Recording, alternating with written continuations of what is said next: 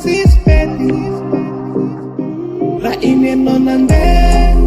defa arako pikanao mapety fa za tsy mahafey kazoro lalanao fa tsisy pety raha vao nanositosika de efa fantatro fankozy sara ka de zay ny andrasako zako mijoro ny pandany tsy ratsy hositanao fery ny fokona naratry atalatala tawasawa taalo ankehitriny kosa efa niovako ianao zao tsy mila fabe no makafe kobaka ny tsara no manjano inty de merci fa zarako azarava fa tsy manjary de zoro lalanao maaizy anao mamitsy ifenako milamy fa elako raha iny anao nandeha defa arako pikanao mapety fa za tsy mahafey kazoro lalanao fa tsisy pety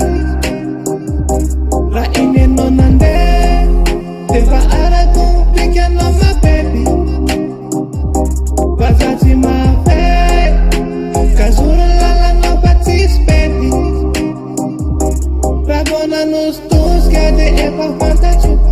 fankozy sara ka de zay ny andrasako zako mijoro ny pandany tsy ratsy hositanao fery ny fokona naratry mitsakisay fampandera momba tsika roa de ataoko mampamange de velomo manjapiono natiko tsy rosé na neverinao papômo fapandy misaina tsy very mandeha taloha anao kifeko fa zao ate manda ny foko raha marary malala mionona zao amanatoka tsy mety solona